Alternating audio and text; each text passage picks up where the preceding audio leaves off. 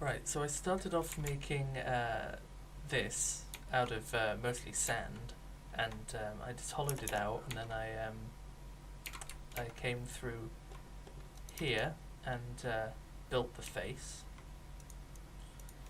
After I did that, I made it into a solid block, and basically I'll show this one because I can remove these in here. This is my backup version of this one isn't live like the one below is. This is just a clone.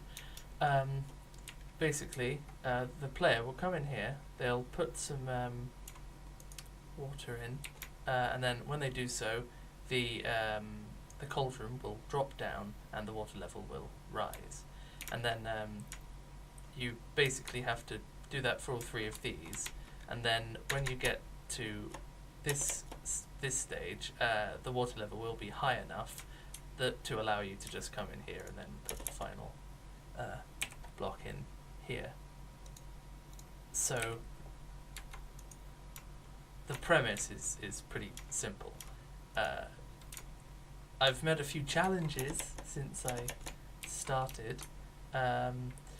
So what I've had to do, because turns out structure blocks only go up to 32 cubed, so I'm having to use the clone command in order to get the water level to rise. So what I've had to do is clone the base several times. This is the standard one, and then the water level rises by 1 block, 2 blocks, 3 blocks, and finally 4 blocks. Then at that point it's level with, as you can see over here actually, it's level with this part, so you can actually just swim in. The way that I've made this function just temporarily is I've made a bunch of redstone blocks that line up with these command blocks, and currently the command blocks in here, they're literally just clone commands that move those blocks. So if you were to press this, the water level rises again, and finally rises. So at this point you can actually just swim into here and then place the bucket. It doesn't really matter what order you do it in. The final puzzle will actually have it so that whichever order you fill the cauldrons, it will just go 1, 2, 3, 4.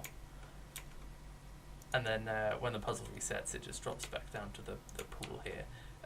The idea is that you have to get a bucket, and then that's your first water that you can use.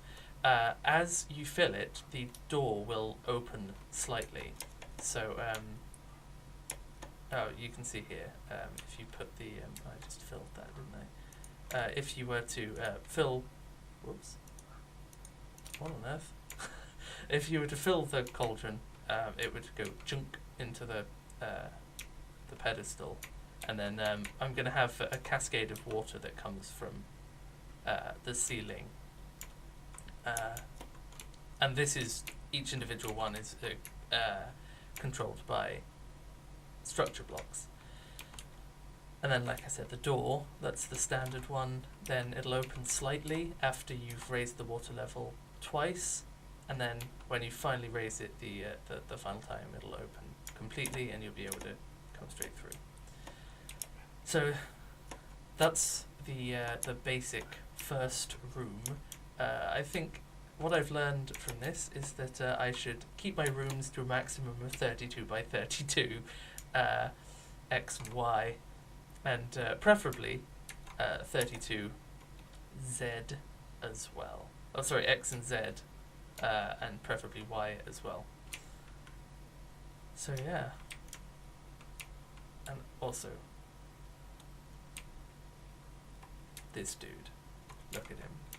he's just some dwarf guy, I guess. I haven't decided like what law or whatever. It just looks so stupid from behind. Look at that. That's creepy. It's like when an NPC in a game becomes a ghost and you can see all the bits inside their head because the game developers haven't designed it correctly. That happens a lot in Dragon Age. So yes. This is it so far.